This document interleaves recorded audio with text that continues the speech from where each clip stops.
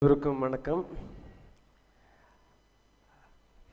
My friends on the dais, Mr. Narayanan and the other eminent IT personalities in the audience, good morning to all of you. I've been asked to speak about what is happening in Tamil Nadu. And I would like to start by referring to what Mr. Shenoy said in his speech. He was saying they propose to skill 2 million people over the next 10 years in Tamil Nadu. 4.48 lakhs, that's what you said. So here in Tamil Nadu, as usual, we are one up. We are planning to skill 20 million people over the next 10 years. And that's what Vision 23 is all about. So I'd like to start by touching upon Vision 2023, which is the vision of the Honorable Chief Minister, and which was revisited a few days back. You must have seen it in the newspapers, which is basically about increasing the per capita income to $10,000 by 2023, which is about social development, which is about infrastructure development. And one of these strategic initiatives, there are several strategic initiatives which are listed out in that Vision 2023 document. And one of them, most importantly, talks about skilling, training and skilling of youth and the young over the next 11 years. And it talks of a figure of 20 million, of it 65%, around 12 million, will be skilled in basic skills, will be people without skills who will be skilled in basic skills, about 33% in vocational training, formal skills, and about 2% in other specializations or in other expertise. So basically, you have a plan to skill about 20 million people in the Vision 2023 document. So this is the plan for the future. Now to achieve this plan, what do we need to do? Let's look at some of the things that we've already been doing. And as a member of the ICT Academy in Tamil Nadu, and all of you are aware of the ICT Academy, which has been doing such good work over the last few years since it was set up, I think it was a very important institution that was set up with the aim of bridging the gap between the industry and the universities or the colleges where teaching takes place. You are part of that. You are part of the team that is contributing to the skilling of the students in Tamil Nadu. So this name, bridge, is a very important, I think very, very apt name, because it actually we are bridging between the industry and the huge population of students. And you are going to be part of that. Now very importantly, we have in Tamil Nadu 550 engineering colleges, or more than that. I think every day, there's a change in the number. We have a huge number of ITIs and polytechnics. We have a large number of good institutions, industries. Not automatically, normally you would think these industries would absorb the students coming out of these colleges and there would be no issue at all. But what we are seeing is the lakhs and lakhs of engineers who are passing out are not really, many of them are not really finding the employment that they deserve. Some of them are underemployed, or many of them are underemployed. Though we are exporting about 65,000 crores worth of software, we still are not able to absorb a large number of these engineers. And the ICT Academy was set up precisely to address the needs of the industry so that the skilling takes place in consonance with what is required by the industry. But I think there is still a lot to be done. Somehow I find that in many of the colleges, there's a need to still further get into the latest technologies and latest happenings in the field. Like Mr. Shenoy so beautifully put, learning to learn is very important. Education is all about learning to learn. It's not whether you teach them C++ or SQL or whatever. It's not, that is one part of training. In fact, I did my MTech in computer science about 20 years back, and half the things that are now are current were just not there. I mean, you did basic courses in programming languages or database structures or whatever, theory of computation, algorithmic graph theory, whatever. You did all that.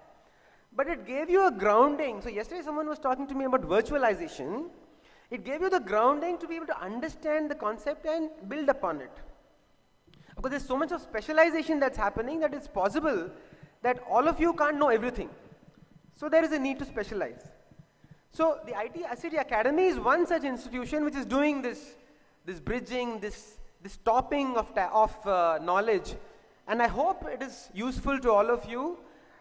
Is it useful? Just tell me. I mean, people in the audience are basically from the faculty, right? So can you tell me whether it's useful? Some of you who are from the industry or from the colleges which have sent faculty to get trained through the ICT Academy, can you just give me one or two of you? Yes or no? Yeah, that's all. I just want a Boolean answer, you know, I don't want a detailed answer. So yes, so when you say yes, so it's a positive. Similarly, now we are setting up the triple IT. There's already a triple ITM set up in Kanchipuram. There's another one that is going to be set up in Srirangam. And there are a lot of other government infrastructure is expanding. We have a state data center. We have the Tamil Nadu statewide area network.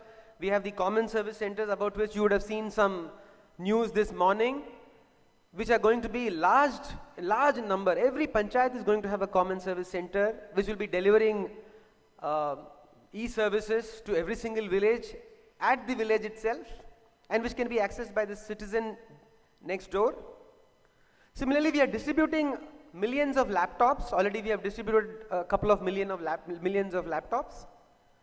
Now all these laptops in the hands of students, imagine the kind of possibilities that exist. Engineering institutions on the one hand, you being skilled on the other hand, laptops in the hand of all these young people, and then of course the industries which are coming up every day.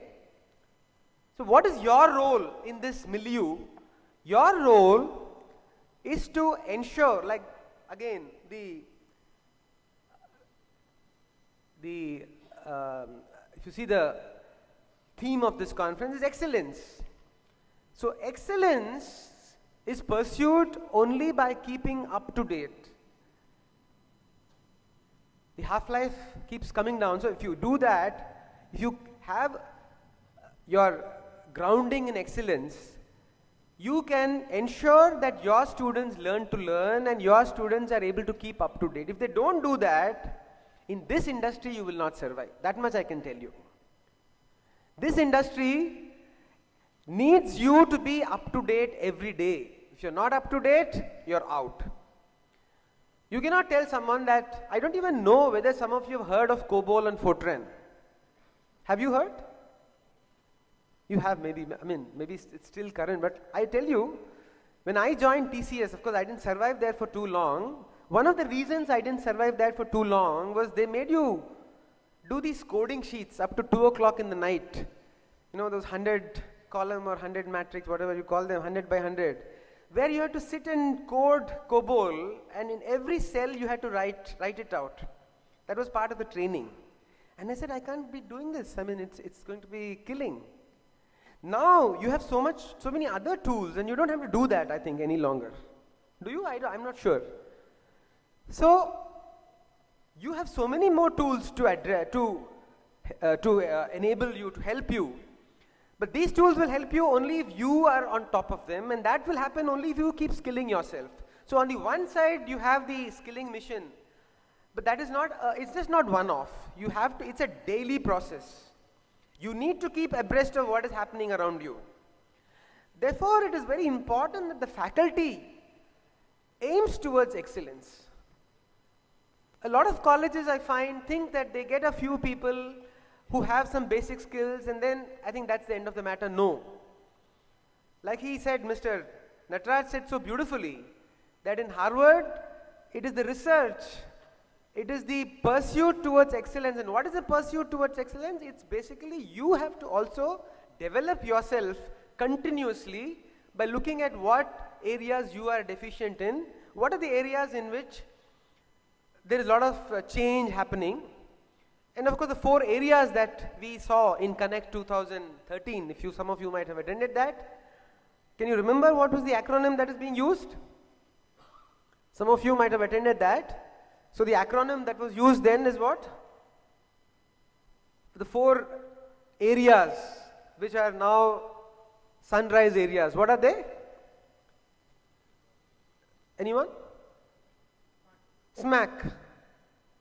I thought someone would say scam. Okay, SMAC. So, SMAC is such an important, these areas are so important. So, yesterday, like was pointed out, or a few days back, you had a social media company gobbling up another app company, and for such a large amount of money, $19 billion. Like someone said, it's the GDP of many countries. So that's the kind of potential that exists in IT. So we are also looking in the government at all these things that are happening around us. We are looking at we are looking at mobile computing, we are looking at analytics, and we are looking at cloud computing. In fact, we are looking at how to virtualize our existing data centers so that we can have larger number of services being offered at just off the shelf. And the last issue here that we need to look at is, are we also looking at Tamil computing, for instance, or computing in the local languages? SMAC is good. You need to skill yourself on SMAC. But will you also kindly look at whether we can reach out to the 97% of the population who don't understand or who can't use English? Somehow I find we have a value, issue of values here. Can we not also concentrate a bit on, let's say, Tamil computing? In a few days, we are going to have a conference on Tamil computing, and all that can be done to reach the unreached, the last man in the queue, the people who want to send a message in Tamil, but they are not able to because it's all programmed for English. So we need to do that. And how can you do that?